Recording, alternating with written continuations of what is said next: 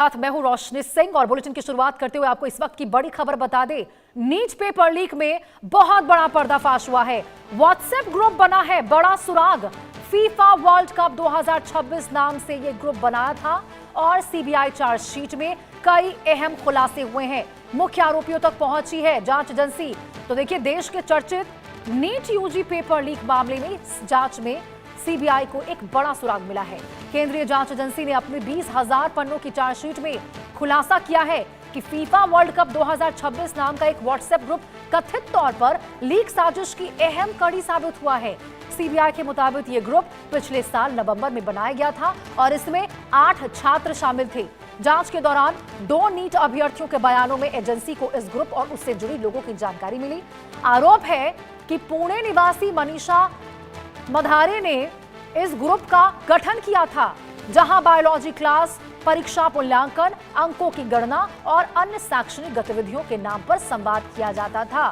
CBI का दावा है कि इसी जांच के जरिए एजेंसी कथित रूप से जो मुख्य आरोपी है पीवी कुलकर्णी और मनीषा मंधारे तक पहुंचने में सफल रही। चार्जशीट के अनुसार पुणे की ब्यूटिशियन मनीषा बाघमारे कथित तौर पर फैसिलिटेटर की भूमिका निभा रही थी और उन्होंने छात्रों को विषय विशेषज्ञों से जोड़ने का काम किया।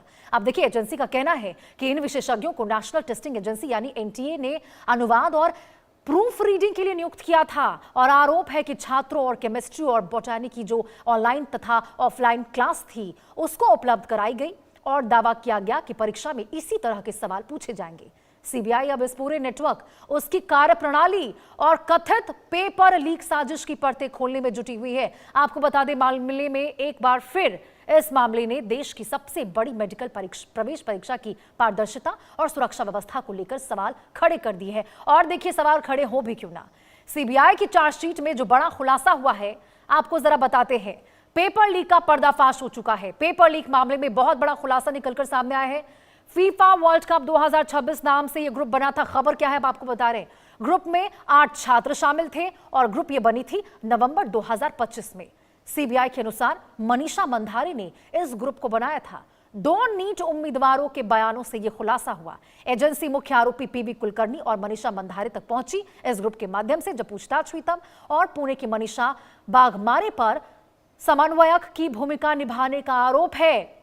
छात्रों को ऑनलाइन और ऑफलाइन क्लास उपलब्ध कराई गई। इसमें सीबीआई पूरे कथित पेपर लीक नेटवर्क की अब जांच कर रही है, क्योंकि जैसे जैसे देखिए सीबीआई की जांच की जा रही है वैसे वैसे ऐसे नए और चौंकाने वाले खुलासे निकलकर सामने आ रहे हैं जिसने सभी को हैरान कर दिया है, परेशान कर दिया है। सोचिए, आज तक यही लग रहा था सबको कि शायद ये पेपर लीक प्रेस प्रिंटिंग की जगह पर हुई होगी, जब प्रेस वहां जो प्रिंटिंग हो रही थी, प्रिंटिंग मशीन के वक्त हुआ होगा, या फिर किसी और जगह पे जब ट्रांसपोर्ट किया जा रहा था उस वक्त हुआ होगा। ऐसे तमाम अटकलें निकलकर सामने आई। लेकिन जो खुलासा हुआ है इसने देखिए एनटीए की कार्यप्रणाली पर कैसे गंभीर सवाल खड़े किए, क्योंकि इसमें जो लोग शामिल हैं वो एनटीए के एक्सपर्ट्स हैं। जरा सोचिए, एनटीए के एक्सपर्ट्स जिनका काम था कि वो तमाम 22 लाख अभ्यर्थियों को परीक्षा सही तरीके से दे और पारदर्शी हो, ये पूरी कार्यप्रणाली, पेपर बनाने की, प्रश्न बनाने की कार्यप्रणाली, प्रूफ रीडिंग का काम दिया गया था उनको।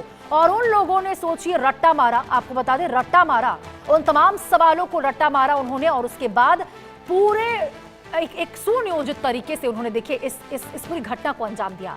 एनटीए के विषय विशेष एक्सपर्ट्स जो थे, विषय एक्सपर्ट्स 3 लोग इसमें शामिल जाने गए हैं। 3 लोग इसमें निकलकर सामने आए जिनका काम था कि वो प्रूफ रीडिंग करें, अनुवाद भी उनका करना था, ट्रांसलेट भी करना था उस विषय को।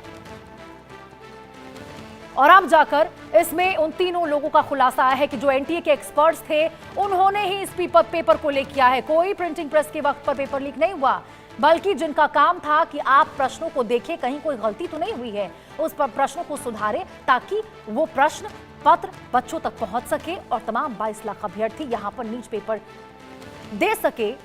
उनके भविष्य के साथ एनटीए के ही एक्सपर्ट्स ने क्या खिलवाड़ किया है, जरा आप सोचिए। ये कितना बड़ा मामला था। जंतर मंतर पर प्रोटेस्ट हुआ, जेनजी उतर आए सड़कों पर, कॉकरोच जनता पार्टी ने प्रोटेस्ट किया, शिक्षा मंत्री हट गए, शिक्षा मंत्री का इस्तीफा हो गया, नए शिक्षा मंत्री आ गए और पता चलता है कि एनटीए के लोग ही इसमें शामिल थे। अब सवाल उठने लगे बहुत सारे